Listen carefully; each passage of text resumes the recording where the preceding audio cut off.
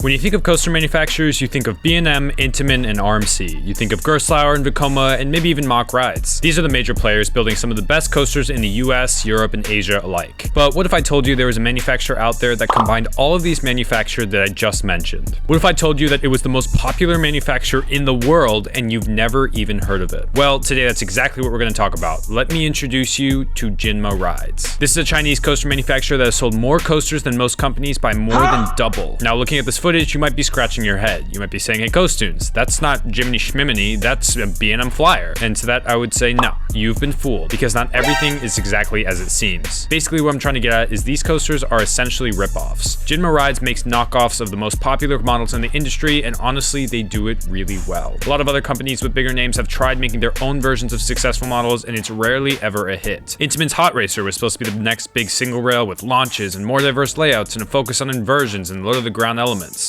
And then only one was ever built. Intamin also tried knocking off the SNS Freespin, and none were ever built.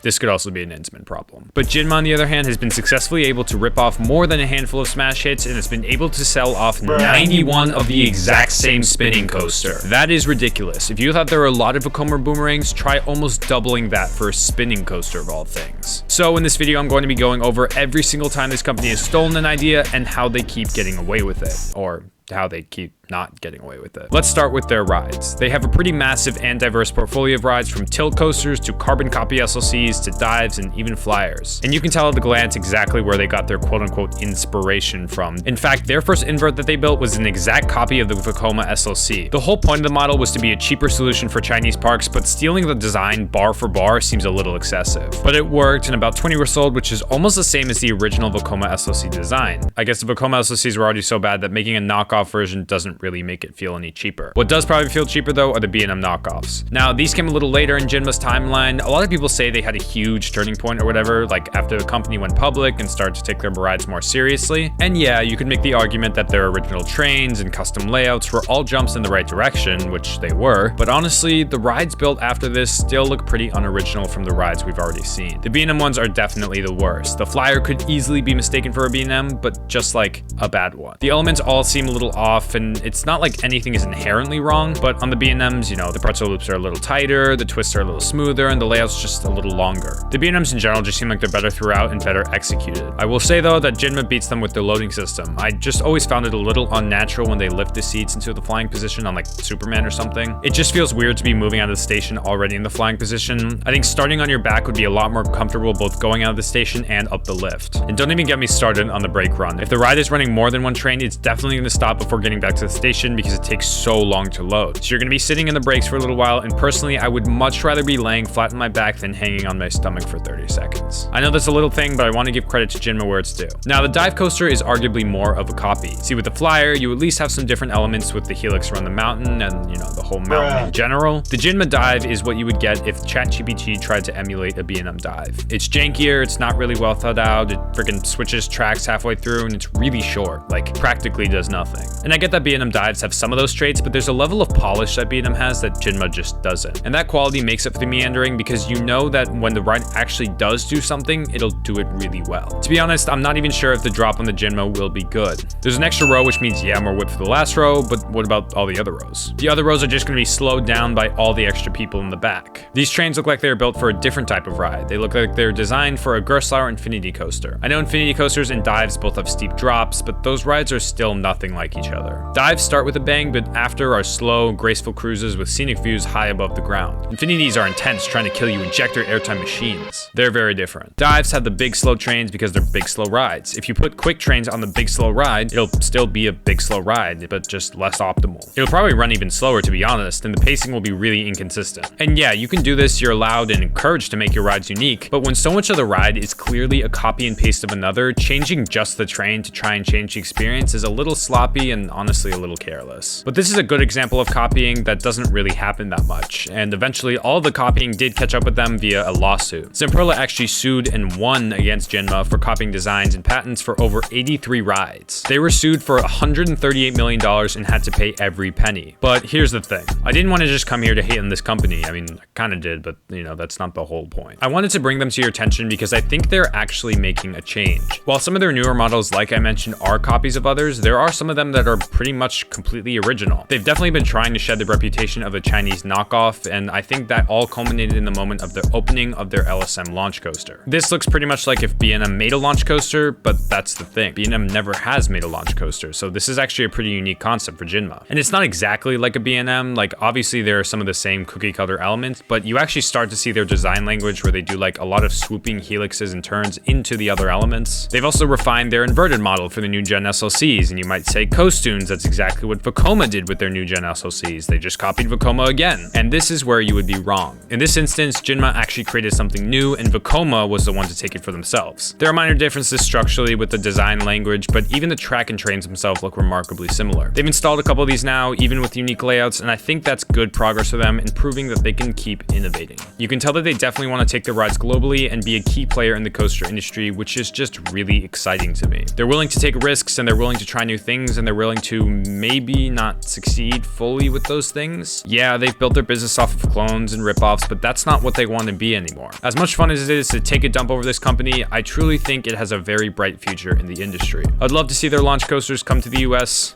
Well, actually, maybe if they cleaned it up a little bit, hit smooth all every once in a while and made it look a little prettier. I don't know. I think if you can put behind their past reputation, then you'll be able to see that there are so many things about these rides that have so much potential. In their current form, no, I would not want to ride a single Jinma ever built, besides maybe the LSM one. But if they keep experimenting and keep expanding, I think they could be a serious contender in the coaster industry. But that's just what I think. Let me know what you guys think in the comments down below. Do you think they'll make it, or do you think they'll just keep getting memed on for years to come? Thank you guys so much for watching all the way to the end, and I will see you in the next one.